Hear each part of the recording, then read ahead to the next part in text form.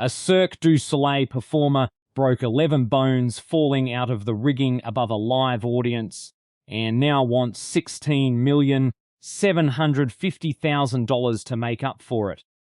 I am Lambert Woollingham, and this is the Daily Shear for Sunday, August 23rd. Somewhere between a border fence nobody in West Texas actually asked for and a beef shortage nobody in Washington actually solved, there is apparently still room in the news cycle for a woman falling out of the sky in Las Vegas, so let us get into it. Texas politics is where we start today, and it is doing its usual trick of being both very small and very loud at the same time. Republican leaders in Texas have started putting some daylight between themselves and the White House's plan to run a border barrier straight through Big Bend National Park. Attorney General Ken Paxton called the construction plan not smart border security, which counts as a rare public break from President Trump. Senator Ted Cruz welcomed a temporary pause on construction and asked federal officials to talk to local landowners and law enforcement before proceeding through terrain he described as needing its own approach. Democrats are running on the issue ahead of November, and Republican lawmakers from South Texas are warning their own party that ignoring border district voters could cost them turnout. Former Land Commissioner Jerry Patterson called the whole project a substantial political liability, while Brewster County officials, ranchers, and conservation groups keep resisting the plan on the ground. Austin dedicated an official historical marker at 4th and Colorado Streets Saturday, recognizing the site as a long-standing gathering point for the city's LGBTQIA+ community. The project was directed by City Council back in 2023, run through the Historic Preservation Office, and paid for with hotel tax revenue. Mayor Kirk Watson and community advocates turned out for the ceremony. The marker went up almost exactly 1 month after the Texas Department of Transportation ordered the removal of Pride-themed crosswalks at that same intersection. An advisory commission is now pushing a separate plan to turn that stretch of 4th Street into a permanent pedestrian plaza named for longtime activist Betty Naylor. Lamarcus mayor is back home after posting a $75,000 bond on a misdemeanor indecent exposure charge. Keith Bell, 53, was arrested Friday at a commercial business park in Angleton and released from the Brazoria County Jail on Saturday. A magistrate ordered him to stay away from the complainant, her residence, and her school.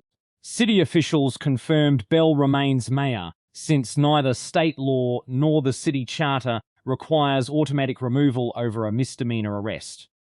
Bell has served since 2021, survived a recall vote in 2022, and as of Saturday had not said a word to city leadership since walking out of jail. Williamson County Commissioners approved a deal aimed at landing a $674 million Blue Origin manufacturing facility in Hutto. County officials are projecting up to 2,000 advanced manufacturing jobs, which would make the aerospace company the area's largest private employer. The agreement is the latest entry in a running competition among Central Texas governments to land aerospace and semiconductor plants. It still needs final site plan approval and tax agreements before Blue Origin actually breaks ground on anything. Trade policy takes up most of today's economic ground, along with a fair amount of everyone's money. Canada's trade fight with Washington has moved from posturing to paperwork. Prime Minister Mark Carney announced dollar-for-dollar retaliatory tariffs set to take effect September 8th, aimed at American steel, dairy, home appliances, agricultural machinery, pulp, paper, and consumer electronics. That is in response to the 50% United States tariffs already sitting on $20 billion worth of Canadian goods. Carney said American negotiators demanded unworkable terms on autos while also wanting exclusive access to Canada's critical minerals. United States Trade Representative Jameson Greer countered that Canada walked back its own commitments on digital trade and export controls, after Washington offered to ease tariffs on aluminum, steel, and lumber. The breakdown now triggers duties automatically under Section 338 of the Tariff Act of 1930, while cross-border travel between the two countries has already dropped 28% since last year. Congressional Republicans from Cattle Country are furious with their own administration over a decision to suspend tariffs on up to 300,000 metric tons of foreign ground beef. The White House framed the 90-day waiver as relief for grocery shoppers facing high beef prices. Lawmakers from agricultural states argue it punishes domestic ranchers who are already dealing with drought-driven herd reductions and expensive feed. Livestock groups say cheaper imported beef flooding in does not guarantee any actual savings at the checkout counter. Nobody involved seems to have found a number that satisfies both the rancher and the shopper at the same time. Paramount and a coalition of 12 state attorneys general have agreed to sit down for formal settlement talks over the studio's $111 billion bid to acquire Warner Brothers Discovery. California Attorney General Rob Bonta says any deal will need serious structural remedies to address antitrust concerns before the case is set to go to trial next March. Paramount wants to move fast since a ticking fee kicks in October 1st and starts raising the price of its own acquisition the longer the case drags on. The lawsuit was brought by Democratic state prosecutors, with the Writers Guild of America running a parallel legal challenge, both aimed at stopping one company from owning too much of television, streaming, and film at once. The Treasury Department's plan to double its debt buyback operations sent Bitcoin and gold prices climbing without doing much for the government's actual borrowing costs. Treasury Secretary Scott Bessent's move involves buying long-term government bonds using money raised through short-term bill sales, an effort to bend the yield curve into a shape Washington likes better. Analysts said the maneuver weakened the dollar, which sent investors looking for hedges against currency depreciation and a growing pile of federal debt. 30-year Treasury yields stayed above 5.25% regardless, with bond investors apparently unconvinced that buying back debt does much about a deficit that keeps getting wider. State regulators told a Texas House committee this week that nobody is actually tracking how much water or how many tax breaks the state's data centers are getting. ERCOT's chief executive Pablo Vegas and Public Utility Commission chairman Thomas Gleason testified that regulators rely on developers to self-report their own numbers instead of using any centralized registry. The Texas Commission on Environmental Quality and the Texas Water Development Board confirmed they keep no statewide record of projected water use for server facilities either. Lawmakers pressed the agencies over grid strain as Governor Abbott's administration prepares a mandatory audit of roughly 300 pending data center grid connection requests due by December. The rest of the world kept moving too, in ways ranging from ceremonial to fairly grim.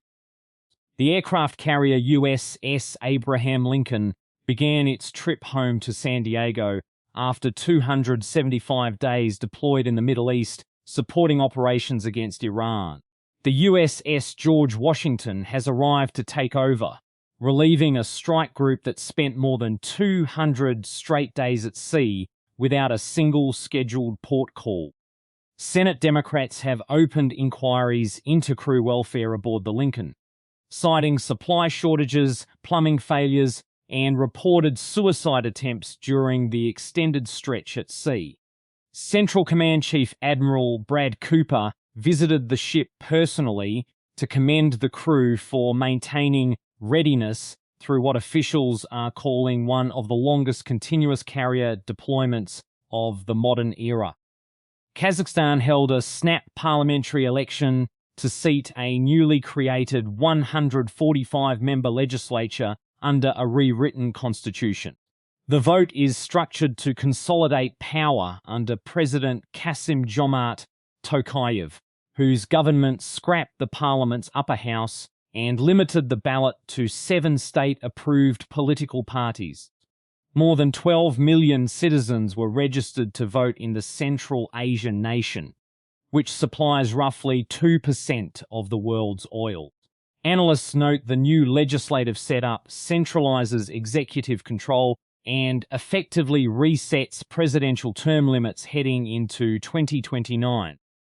President Trump has asked a federal judge to block the British Broadcasting Corporation from deposing 3 of his family members as part of his $10 billion defamation suit against the broadcaster. His legal team argues the requests target non-parties, calling them irrelevant and designed to harass. The BBC wants the depositions and internal records to defend itself against claims that its reporting on Trump's business and campaign activities was false and defamatory. The fight, for now, is entirely about how far discovery can reach into a sitting president's own family.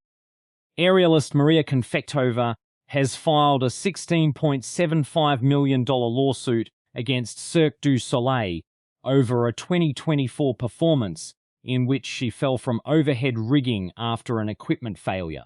The complaint says she suffered 11 broken bones along with permanent physical impairment and neurological injuries. It alleges production supervisors ignored repeated complaints about degraded rigging and never installed adequate secondary fall protection. The suit seeks damages for medical costs, lost future earnings, and the physical trauma itself, and takes direct aim at safety standards across acrobatic entertainment more broadly. Former Kansas Senator Nancy Kassebaum Baker has died at age 94 of natural causes at her home in Kansas. She was the first woman elected to the Senate without a husband having served there first, and her career ran from 1978 to 1997. The daughter of 1936 presidential nominee Alf Landon, she built a reputation as an independent moderate and became the first woman to chair a major Senate committee, leading the Labor and Human Resources panel. She co-authored the landmark 1996 healthcare reform law with Senator Ted Kennedy and later married former Senate Majority Leader Howard Baker that same year. British officials have confirmed that a 4-day shutdown at a small gas power plant was caused by a cyber attack linked to Iranian state-affiliated hackers. The Department for Energy Security and Net Zero said the breach hit only an auxiliary generator and never threatened the wider national grid. The National Cyber Security Center issued guidance afterward telling utility operators nationwide to harden their network controls.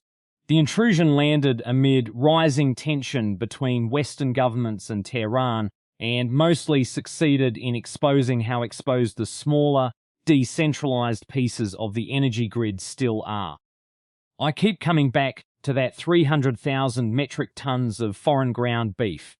The administration is letting in duty-free for the next 90 days because nobody involved seems to have thought through the logistics of that much beef arriving anywhere at once. That is roughly the weight of 3 Nimitz-class aircraft carriers, rendered entirely into hamburger, showing up at ports with a 90-day clock already running before someone in Washington decides whether ranchers get to be mad about it retroactively. I picture a refrigerated convoy backed up along I-35, the length of the whole beef shipment, idling, waiting for somebody to explain the exemption to a customs agent who just wanted to go home. Every rancher watching that convoy roll by is doing math on feed costs and drought losses And every convoy driver is doing math on how long ground beef stays legally ground beef before it becomes a different regulatory problem entirely. 90 days is not very long to solve a grocery bill, but it is exactly long enough to make a lot of beef somebody else's inventory problem. The National Cyber Security Centre spent 4 days getting one auxiliary generator back online, and then told the entire country's utility operators to harden their systems, which is the security equivalent of locking the barn door after confirming the horse specifically enjoyed Persian cuisine. That is where the tape runs out for me, and the sheep flag over Big Bend can keep waving without further comment from this desk. Lambert Woollingham, done for the morning. The day has been shorn. Until tomorrow.